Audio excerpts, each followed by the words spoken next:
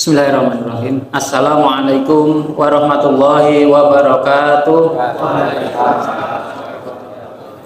Alhamdulillahi rabbil alamin. Arsala rasulahu bil huda wa dinil haq liyudhhirahu 'ala dini kulli walau karihal kafirun walau karihal musyrikun. Asyhadu an la ilaha illallah wahdahu la syarikalah wa asyhadu anna Muhammadan abduhu wa rasuluh.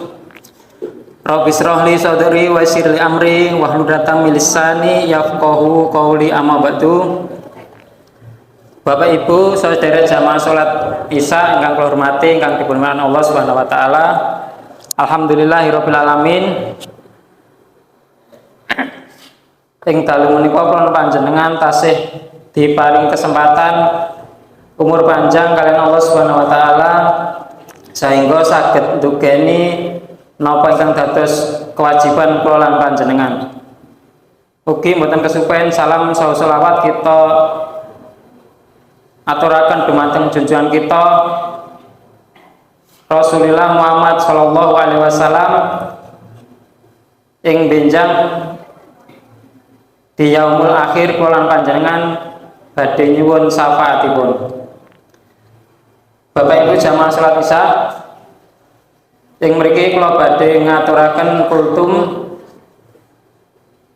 kanthi judul sedekahmu tabungan akhiratmu. Atus judul niki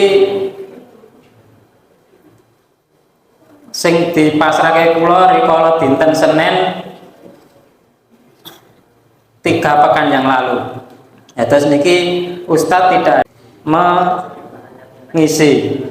Atus kula nggih napa ingkang dados napa menika perintah saking panitia nggih menika judul kula sedekahmu tabungan akhiratmu. Bapak Ibu jamaah salat Isya, saderengipun kula lajengaken mriki kula badhe napa menika nek pikantuk usul saking Bapak Marsono selaku pembuat judul niki. Niki wonten bapak-bapak, ibu-ibu ingkang sepuh nggih. Kalau melihat dari judul niki seakan-akan saya tidak terlibat dalam judul niki. Sedekahmu tabungan akhiratmu, berarti kula tidak termasuk. Nah niki kula badhe merubah judul niki sedekah kita tabungan akhirat kita. Terus kula termasuk terlibat dari dalamnya. Terus mungkin seandainya saya menyampaikan ini tidak seakan-akan saya lebih baik dari jenengan. Mengatakan ya, sedekah kita tabungan akhirat kita. Bapak Ibu jamaah salat Isya, apa yang dimaksud dengan tabungan akhirat?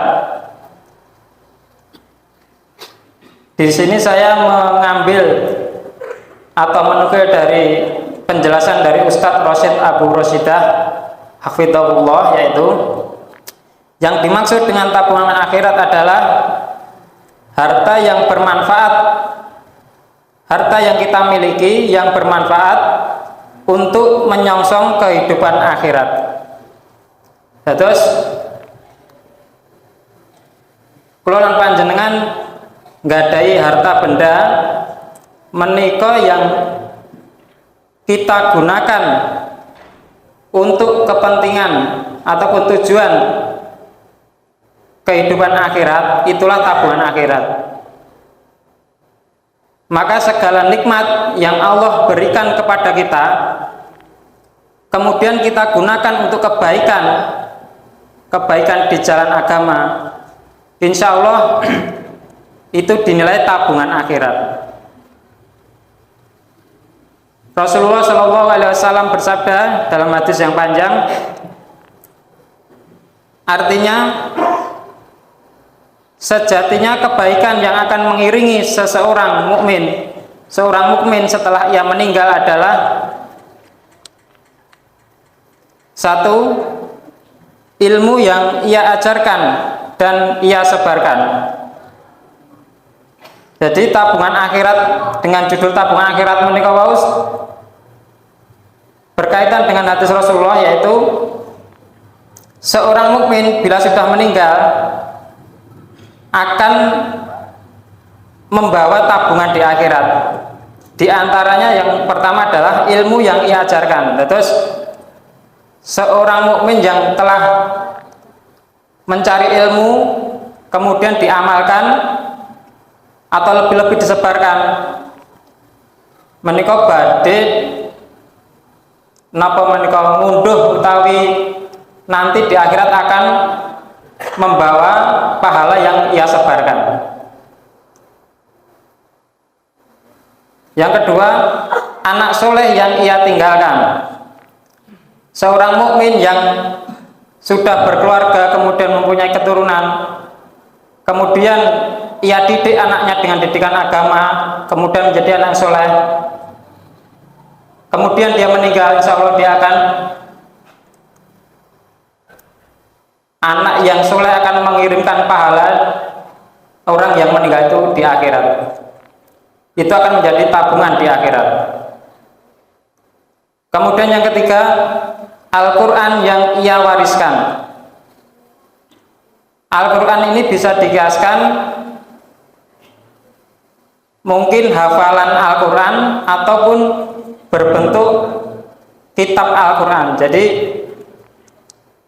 seorang mukmin yang mewariskan Al-Quran, baik itu hafalan, kemudian yang diajarkan itu akan mengamalkan. Setelah orang yang mengajarkan itu meninggal, insya Allah akan mengirimkan pahala orang yang mengamalkan tersebut. Ataupun ia yang mewariskan Al-Quran yang berwujud kitab atau buku. Kitab-kitab Al-Quran yang dibaca oleh kaum mukminin muslimin yang ia wariskan Al-Quran tadi akan mengirimkan pahala yang ia amalkan dari Al-Quran yang ia wariskan tadi. Yang keempat, kebaikan yang akan mengiringi seorang mukmin setelah ia meninggal yaitu masjid yang ia bangun. Masjid bisa satu masjid penuh ataupun sebagian. Jadi kalau ada pembangunan masjid di mana seorang mukmin atau muslim ikut iuran di dalamnya, dia akan termasuk dalam orang-orang yang ikut dalam mewarisi kebaikan tersebut selama masjid itu masih dipakai. Sehingga orang mukmin yang beraktivitas di dalam masjid kemudian diridhai Allah dan kemudian mendapatkan pahala, dan di mana masjid itu didirikan dari orang-orang yang berkumpul atau berserikat ataupun satu orang yang membangun, dia akan menuai pahala orang-orang yang menggunakannya. Yang kelima, kebaikan yang akan mengiringi seorang mukmin setelah ia meninggal yaitu rumah yang ia bangun untuk Ibnu Sabil. Rumah yang ia bangun untuk Ibnu Sabil. Kemudian yang keenam, sungai yang ia alirkan untuk orang lain. Sungai yang ia alirkan untuk orang lain. Di sini saya mengambil gambaran, mungkin ada suatu yayasan ataupun perseorangan, ada yang membangun sumur-sumur di masjid-masjid atau musola-musola atau pondok-pondok, mungkin terinspirasi dengan hadis ini, sehingga dia akan menuai pahala dari setiap orang yang menggunakan air tersebut. Kemudian yang ketujuh, sedekah yang ia keluarkan. Sedekah yang ia keluarkan akan mengirimkan pahala orang mukmin yang telah meninggal selama sedekahnya itu masih bermanfaat bagi yang disedekahi. Hadis riwayat Ibnu Majah. Bapak Ibu jamaah salat Isya, kemudian Rasulullah juga bersabda dalam hadis lain yang artinya, jika manusia mati maka terputuslah amalnya kecuali 3 perkara. 1. Sedekah jariyah. 2. Ilmu yang bermanfaat. 3. Anak soleh yang selalu mendoakan orang tuanya. Dari kedua hadis tersebut dapat disimpulkan bahwa merujuk pada 3 hal, yaitu ilmu yang membuahkan amal soleh. Kemudian yang kedua,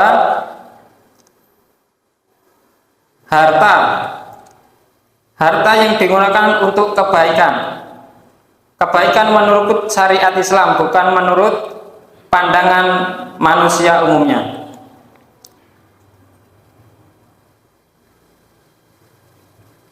Bapak Ibu jamaah sholat Isya, berkaitan dengan judul di atas bahwa sedekah kita tabungan akhirat kita, maka marilah kita gunakan harta kita di jalan kebaikan menurut syariat Islam, baik kebaikan yang diperintahkan oleh Allah Subhanahu wa taala, kebaikan yang dicontohkan oleh Rasulullah Shallallahu alaihi wasallam sebagai tabungan kita di akhirat kelak.